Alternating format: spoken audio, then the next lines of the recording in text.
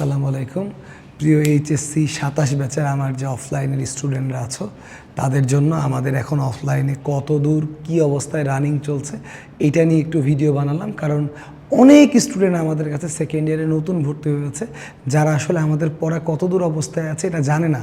কারণ আমাদের সাথে তো তারা যদি সেকেন্ড ইয়ারে শুরু থেকে শুরু না করে তাহলে তারা অনেক ল্যাকিংসে পড়ে যাবে আর কি, ঠিক আছে।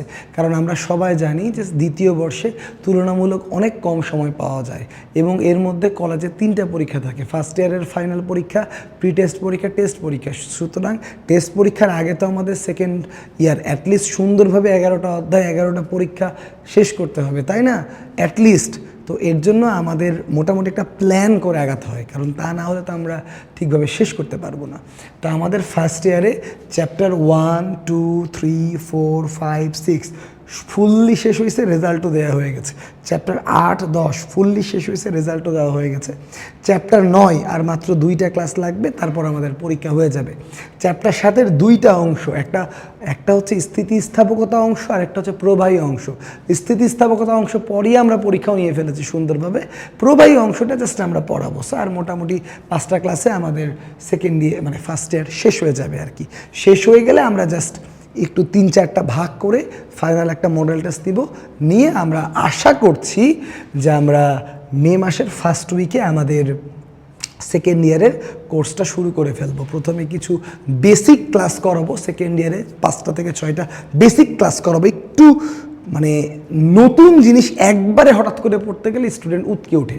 তো 26 থেকে এটা স্টার্ট করেছিলাম যে প্রথমে 5-6টা বেসিক ক্লাস নিয়ে দেন স্টার্ট করা। এটাতে 26-এ আমি আউটস্ট্যান্ডিং ফলাফল পেয়েছি। সো 27-এও এই ধারাবাহিকতা বজায় রাখবো আর কি। 5-6টা বেসিক ওভারভিউ দিব আগে, দেন আমরা চ্যাপ্টার ওয়াইজ খেলা শুরু করবো আর কি, ঠিক আছে। সো আমরা মোটামুটি কবে থেকে সেকেন্ড ইয়ার শুরু করবো এটা জানানোটাও ভিডিওর একটা উদ্দেশ্য ছিল। আর আমাদের সেকেন্ড ইয়ার অলমোস্ট মোটামুটি সবগুলো ব্যাচে ভর্তি কমপ্লিট। এখন আমরা শুধুমাত্র এই যে একটা ব্যাচে একটু ভর্তি নিচ্ছি, সানডে 5 PM এই ব্যাচে আমরা ভর্তি নিচ্ছি। সো কেউ যদি এখন পর্যন্ত ধরো মানে ভর্তি কোনোভাবে মিস করে ফেলেছে, এখনও আমরা ভর্তি বন্ধ করিনি, ঠিক আছে। ভর্তি বন্ধ করলে আমরা পোস্ট দিয়ে জানিয়ে দেবো। আপাতত তোমরা এই 2-1 দিনের মধ্যে হইলে এখানে ভর্তি হয়ে যাইতে পারো, ঠিক আছে।